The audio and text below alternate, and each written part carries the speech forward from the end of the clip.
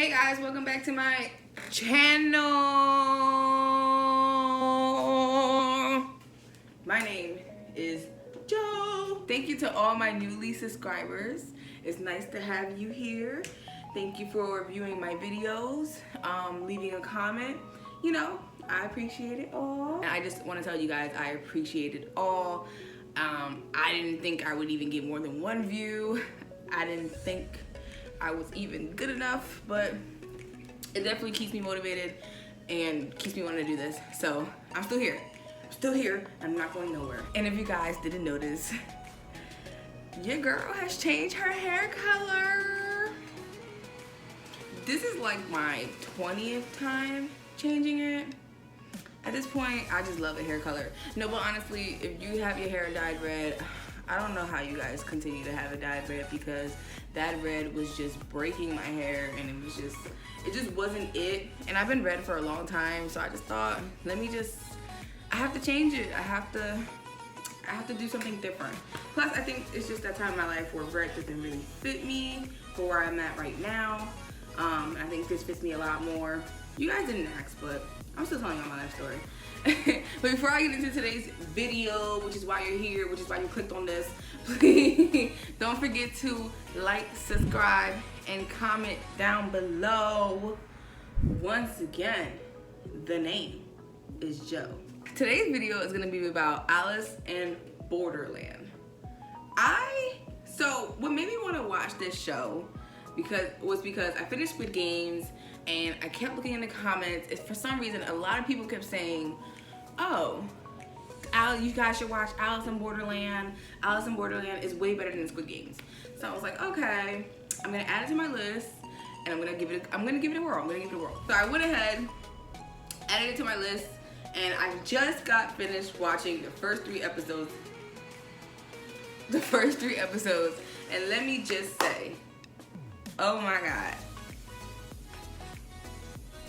Oh my God. I did not expect this show to be this good. And mind you, I'm only 3 episodes in. So it's kind of like, if this is what's happening in the first 3 episodes, what is the rest of the 8 episodes? 7, 6, 5. What is the rest of the 5 episodes gonna look like? It starts you off with Arisu, and you can kind of see he's a gamer, and he lives with his dad and his brother, and it looks like something happened to his mom. We don't know what happened to his mom yet. We don't know if she died of natural causes or what it could possibly be. But Arisu is basically a gamer. He has no job. Basically, he has no life. His dad's getting on him, and his brother is a scumbag. So it starts off with Arisu, and he's just playing the game, and then he says, well, I'll leave then, because it looks like his brother has all these job opportunities lined up for him, and he didn't win for any of them. So he's basically the disappointment of the family so far. But again, we don't know what happened to his mom, or we don't know what happened that made him this way. Arisu goes ahead and meets his 2 friends, Karube and Shota. He meets his 2 friends, Karube and Shota, in the middle of the city, and I believe this is Japan. And it looks like they're just hanging out and they're talking. They zoned out, and they were kind of in their little world, and Karube put Arisu on top of him, and he was just spinning him, and it was a weird little fun thing, I guess. While everyone's walking, they're just like in their own little world, and they zone out of it, and they realize they're in the middle of the street and in the middle of cars. So they try and get out the street. They end up causing an accident, and then they start to run because they believe the police are chasing them. But I honestly don't think the police were even chasing them. I don't know why they were running. Like, I don't think the cops were chasing them at all. So they run into this stall, and they're goofing around, and all of a sudden it goes dark. Their phones no longer work, and they're now in this alternate universe where they have to play games to earn visas. And visas tell you how long you're able to stay in the game. And if you're on your last visa and you haven't joined the game for your last visa, you die. Basically, this laser shoots up from this sky that's not really a sky, and it just, pops in your head and you're dead. So you have to play games to earn visas to stay in the game, to stay alive. I gotta say, this show, honestly, I thought it wasn't. So Squid Games is pretty good. So I was like, okay, it's gonna be kind of hard to beat Squid Games. I don't really know I don't really think this show's gonna top it. But I can honestly tell you, this show definitely tops Squid Game. All three first episodes, episode 1, 2, and 3, top Squid Game. This show so far is definitely a 10 out of 10. It's so good, and it keeps you at the edge of your seat, to where Squid Games had some episodes that weren't that, weren't that good. This show has not let me down yet. It's definitely a banger for sure so far. So they have to play games to stay alive. But the games are crazy. The first game was basically them having to get out of a building by choosing between 2 doors. And if you choose the wrong door, a laser comes down and kills you. So it's crazy because the time they have 2 minutes, they start off with having 2 minutes of choosing the right door, and then the time lessens each time. And I believe the last door they had less than a minute to choose the right door. It's crazy because the wrong door, and the person that steps into it first gets shot with a laser. But this is where you can kind of see the personalities. So with Arisu, you can already tell he's really smart. He comes up with a strategic plan, he comes up with this little map, and he's the smart man of the group, and you could tell. Which honestly, he could be using these smarts to, get a job or something, but I guess not. I guess that's not what he wanted to do with his life. But again, we don't know his entire backstory, so I don't know. And then you can kind of see, well, okay, this guy right here, that's the smart guy of the group. And then we see Karube is more of the tough guy of the group, because when Arisu and Chota were freaking out once the first girl that went in with them into this game dies because she chose the wrong door, Karube went and said, okay, I'll do it. And then Chota, you can kind of tell that he's going to be the weak character and that he wasn't going to last long. Or, you can see that he wasn't going to last long at all, just because this is going to be that type of show where you need strong characters. He was either going to be the weak character that doesn't last long, or he was going to be the weak character that turns into a strong character. But yeah, you can definitely see that Shota's gonna be the weak one, Arisu's gonna be the smart one, and Karube is gonna be more the tough guy. Which you can kind of see in every show you watch. There's always one strong, one smart, one weak. It's kind of, they went with the basic thing there. But in the first game, they made the girl named Shibuki, and it looks like Shibuki, to me, I think Shibuki's done this multiple times. So she says later on after the first game that she's been in here for 3 days already, and that's how she knows everything. But I don't know. I don't really trust Shibuki. She doesn't give trustworthy vibes, so I'm really not feeling her at all. First she lied about how she got there, and then she later on, when Arisu and Karube go and do another game and leave Shota and Shibuki alone because Shota couldn't do the game because in the first game he got lit up by fire. His leg got lit up, so he couldn't really walk. This is where you really could see how Shibuki was, because you could see that she was manipulating Shota because she realized that he was the weak person, and you could tell like she's one of those that, has sex to get to the top. But the first game was absolutely crazy. Basically, it really does have you on the top of your feet, on the top of your seat. Especially if you choose the wrong door, your laser gets put up, or if the timer runs out, the room just kind of goes in fire. So it's like you're rushing to survive this. It definitely, if it wasn't for Arisu, I don't think they would have survived. Now moving on to the second game. So we met our characters. I'm pretty sure they're not going to be the only main characters. I feel like this is going to be that type of show that focuses on different characters and how they evolve throughout the game. Maybe later on we'll start focusing on that one girl they showed with the pink crop top and the pants. I forget her name. I don't think she mentioned her name. But she's in the profile when you click on Netflix. But I believe it's going to be that type of show that focuses on different characters and not just one group of characters. So I might be wrong, but let's see. Moving on to the second game. The second game got even crazier. And I thought it was going to be like Squid Games, to where, okay, the first game is crazy and then the rest of the games don't really match up to the first game. But it really surprised me. The second game was crazy. Basically, they are in this apartment building and they're playing a freeze tag type of thing, and there's someone going around in a mask shooting people that they see, and you're supposed to just, you know, outrun them. And there's a safe zone in one of the apartments, and you're supposed to reach that safe zone. Now we're here with Karube and Arisu. And Karube and Arisu, they joined this to earn more lives and also to find a doctor for Shota, which I don't think they found anyway, even at the end of it. So they kind of just joined this. I feel like Karube joined this for selfish reasons. I didn't really trust Karube either because it's kind of like, I feel like he was too willing to leave people behind. But I don't know. I might be wrong. That's the vibe I was getting from him. But basically, they're in this apartment building, and this is just Karube and Arisu now, and they're seeing all these different people and all these different type of players. And I gotta say that the new ones that stuck out for me was definitely the climber girl and the guy with the gray hair. I feel like is gonna come up in the future episodes, and I feel like the climber girl is definitely gonna come up in the future episodes. Like I said, it's probably gonna move on to her at one point.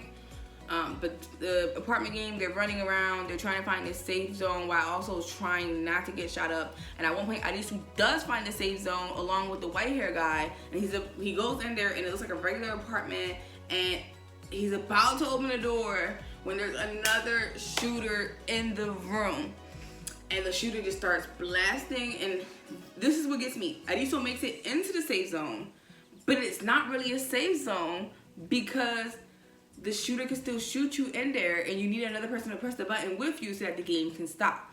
I found that crazy. I thought once they reached the safe zone, that was it. Like, the whole game stopped. And I thought, the way I was thinking, I thought, okay, the people that make it into the safe zone win, and everyone else who doesn't make it into the safe zone, like, just dies. But they end up pressing the buttons. He ends up pressing the button with the other girl, the climber girl, and they stop the game, and Karube's still alive, Arisu's still alive, the gray hair guy is still alive, and the girl is still alive also. We realized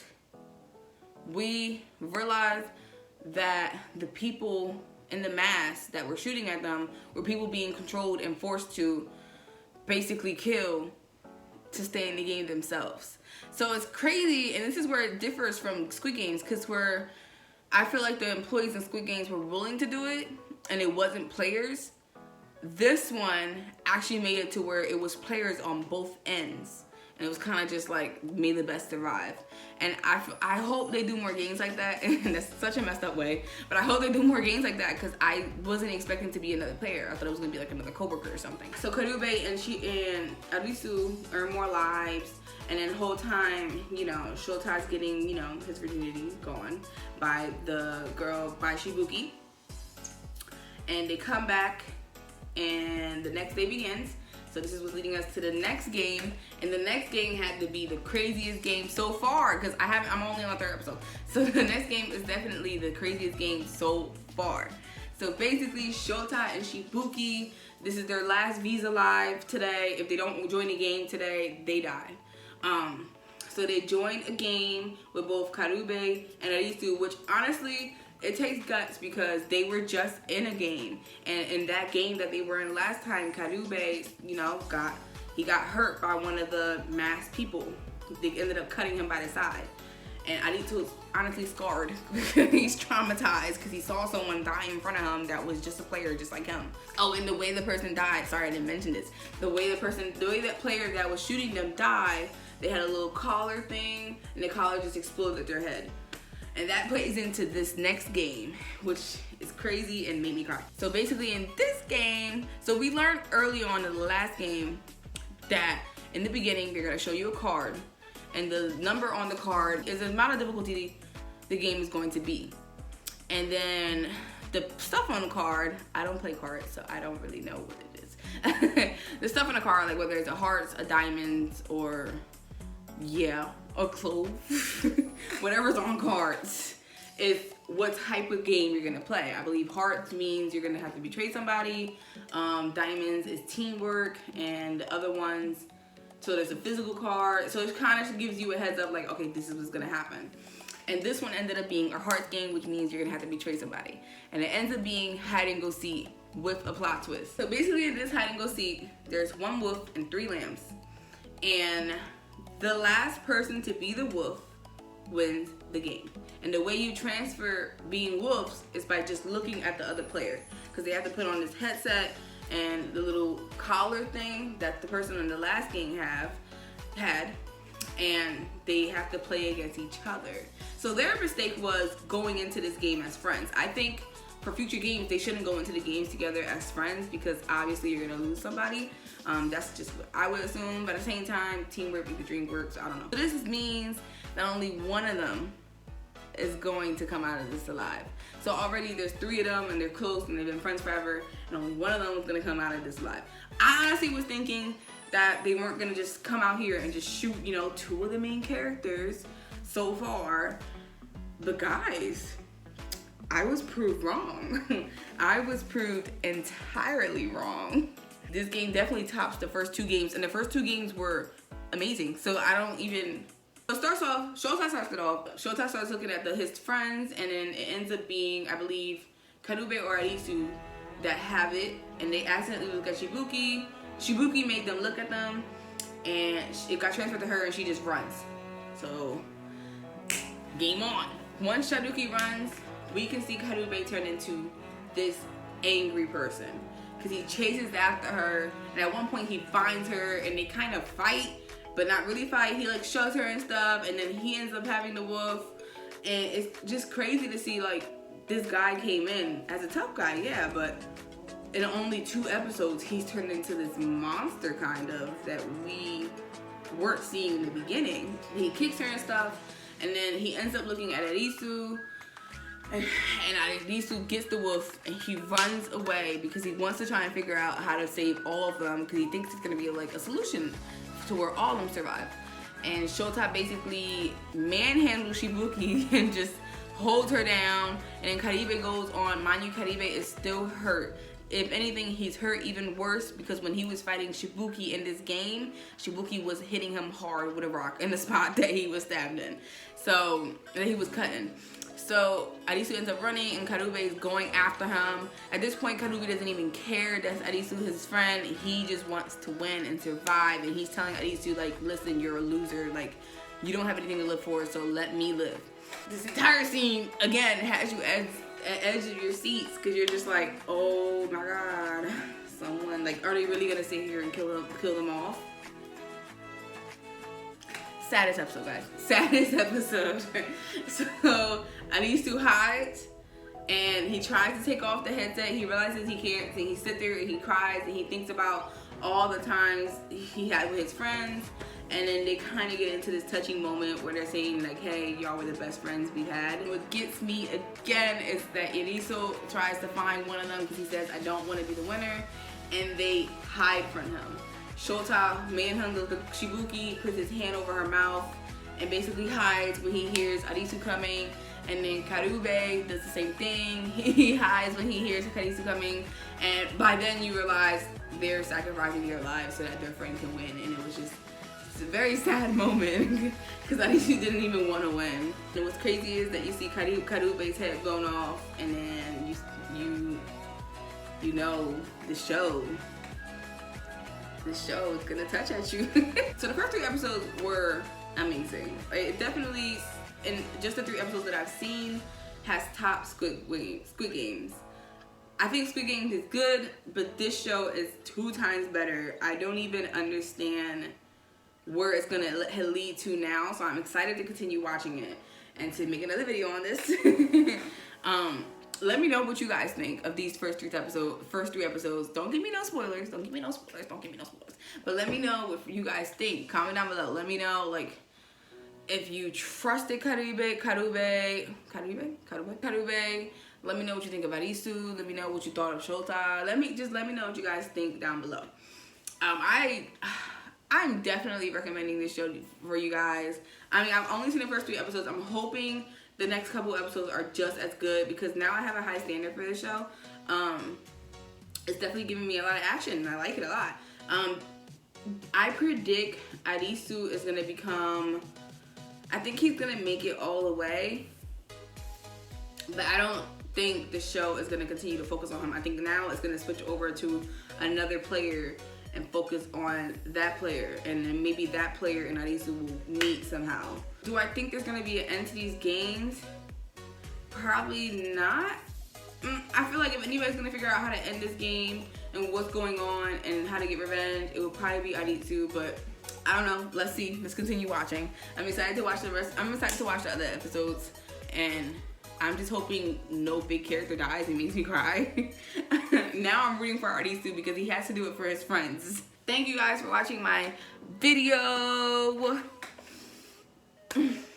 This show is going to definitely keep me on my toes, and I'm ready for it. I'm excited for it, and I can't wait. And I'm hoping it just continues blowing me out of my mind, because honestly, this show is really good. I hope you guys are having a lovely, wonderful day. It's Sunday right now. Hope you guys are having a lovely, wonderful day. I hope you guys have a great week. I hope you guys are taking care of yourself, both mentally and physically. Don't let anyone tell you can't do anything. Don't let anyone get in your way. Don't let anybody bring you down. And with that, guys, I will see you guys in the next video. Peace!